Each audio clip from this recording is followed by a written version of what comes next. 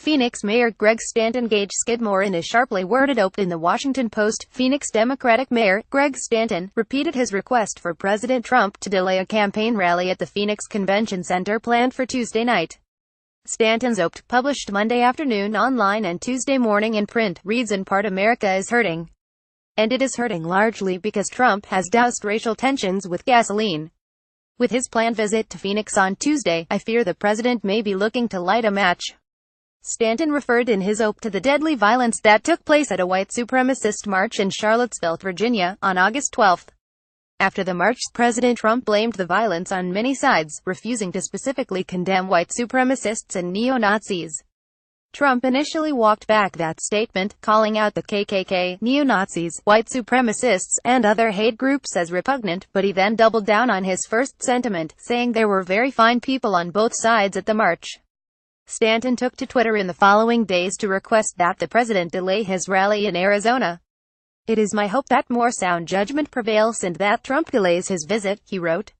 In addition to citing the violence in Charlottesville as a reason to delay, the mayor cautioned, "If President Trump is coming to Phoenix to announce a pardon for former Sheriff Joe Arpaio, then it will be clear that his true intent is to inflame emotions and further divide our nation." Former Maricopa County Sheriff Joe Arpaio, whose controversial track record included, per Politico, running an open-air tent city jail in the scorching Arizona heat, was recently convicted of criminal contempt for having willfully violated a court order to stop his department from racially profiling members of Maricopa's Latino population. In his Washington Post op-ed, Stanton expanded on his ultimatum regarding Trump's rumored intent to pardon Arpaio. "Let's be clear, a pardon of Arpaio can be viewed only as a presidential endorsement of the lawlessness and discrimination that terrorized Phoenix Latino community.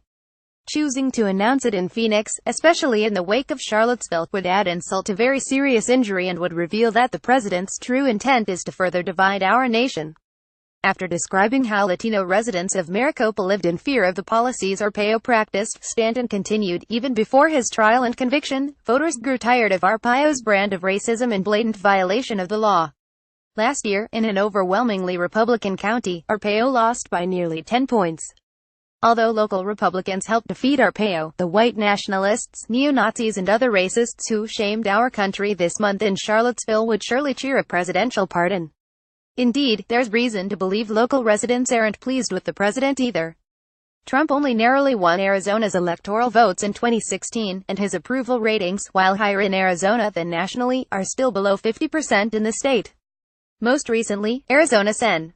McCain cast the final vote that killed the GOP Obamacare repeal effort, and the state's junior senator, Jeff Flake, published a scathing essay in Politico magazine, excerpted from a forthcoming book, in which he suggested that nominating Trump was the Republican Party's Faustian bargain.